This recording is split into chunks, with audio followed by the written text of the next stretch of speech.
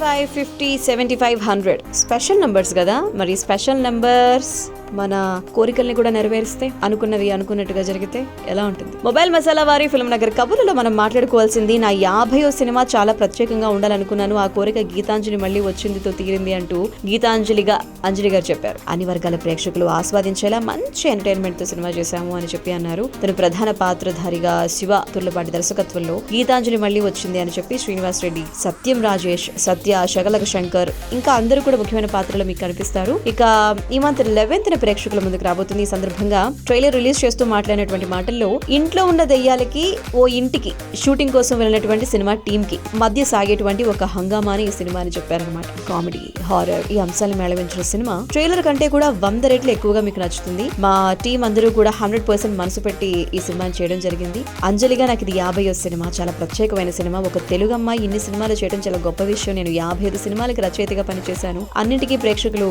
మంచి ఆదరణ చూపించారు. ఈ సినిమాని రచయితలు భాను, నందు మరో స్థాయికి తీసుకువెళ్లారు. కథను నేనే ఇచ్చినా కూడా వాళ్ళు దాన్ని 10 రెట్లు పైకి తీసుకెళ్లారు. ప్రవీణ్ లక్కరాజుని జూనియర్ తమనని చెప్పి అందరం పిలుస్తూ ఉంటాం. ఈ సినిమాకి మంచి సంగీతాన్ని ఇచ్చారు అంటూ తాను చెప్పడం జరిగింది.